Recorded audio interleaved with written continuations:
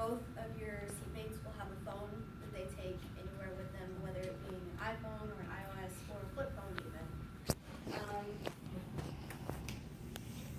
So 75% of people in this room would prefer texting rather than communicating face-to-face.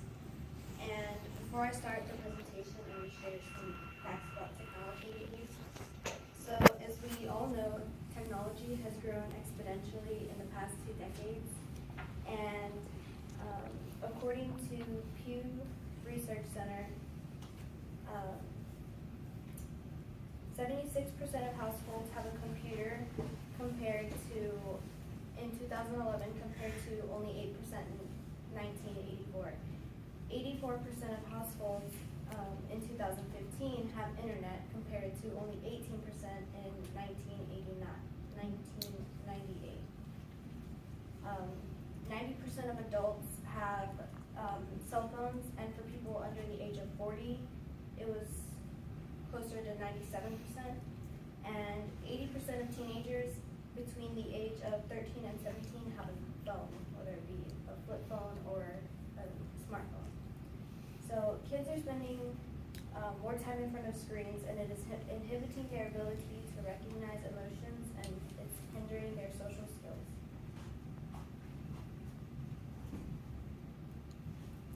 So when children interact with people, I'm going to talk about how teens think there's a trade-off between social media and face-to-face communications. I'm going to talk about social media and how on an average school day, children spend over 7.5 to 8 hours on their phone communicating through texting and social media.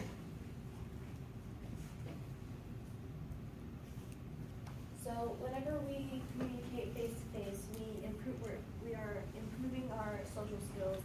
We are learning how to communicate with new people.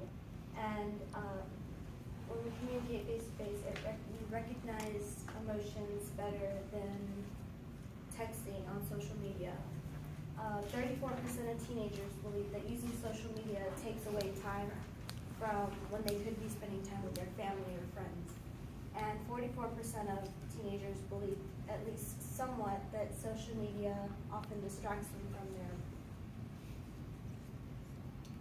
their studies and when they're with people. So social media is a part of everyone's lives.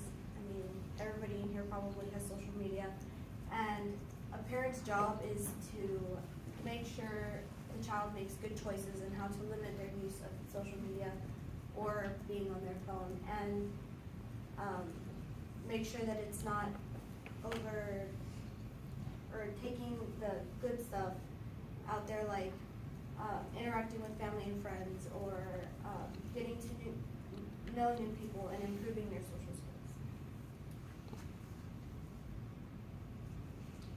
So an example of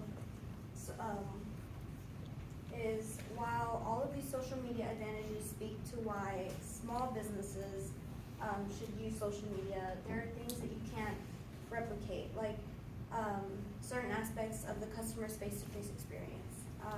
One-on-one interaction is with a company representative is still the best way for a customer to ask questions, to get help, and work through conflicts that they might have with a certain thing.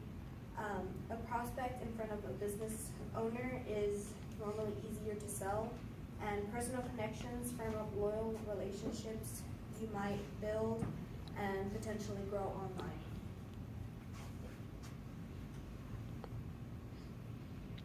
So what we learned today, or what I talked about today, is how social communication or face-to-face communication is important, and children are spending more time in front of screens, and it is inhibiting their ability to recognize social skills and hindering their ability to recognize